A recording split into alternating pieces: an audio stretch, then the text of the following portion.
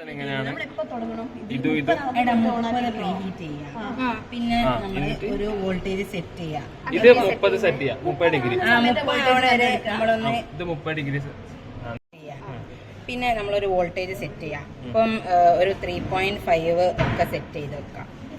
അപ്പോൾ 3.5 6 ഏതാണ് നമുക്ക് കിട്ടുന്ന റേഞ്ച്. നമ്മൾ 3.5 വെച്ചിട്ടാണ് സെറ്റ് ചെയ്ത് തുടങ്ങിയത്. അപ്പോൾ 3.5 സെറ്റ് ചെയ്താൽ അതിന്റെ കറസ്പോണ്ടിങ് ഒരു ആംപിയർ കറണ്ട് കാണിക്കും.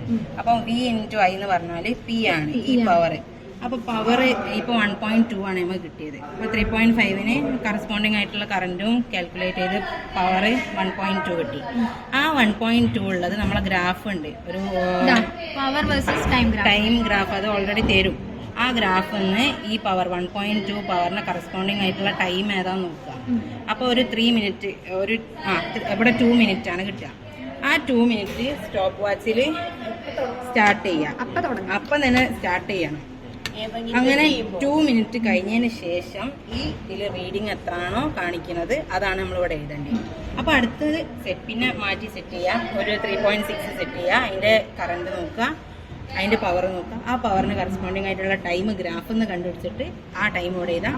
അപ്പൊ ഇനി 2 മിനിറ്റ് അല്ലേ ഇപ്പൊ കഴിഞ്ഞത്. ഇനി നമ്മളൊരു 1 മിനിറ്റ് കൂടി കാണിച്ചാൽ മതി, കാത്തുന്നാൽ മതി. അതായത് 3 മിനിറ്റ് ആണ്. അപ്പം 2 നിന്ന് 3ലേക്ക് 1 മിനിറ്റും കൂടി എഴുതുന്നത് 3 മിനിറ്റ് തന്നെ. പക്ഷെ ഇതിൽ നോക്കുന്നത് എത്രയാണോ